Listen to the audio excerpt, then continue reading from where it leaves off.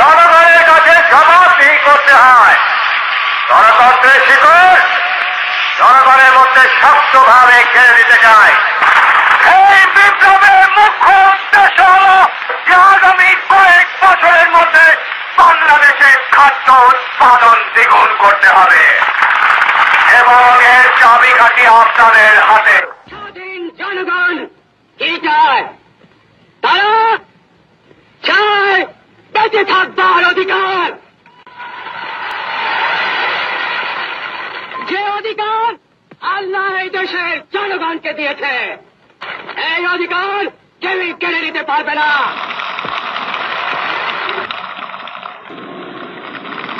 আপনারা নেতৃত্ব দিতে চান, আপনাদেরকে জনগণের মধ্যে যেতে হবে।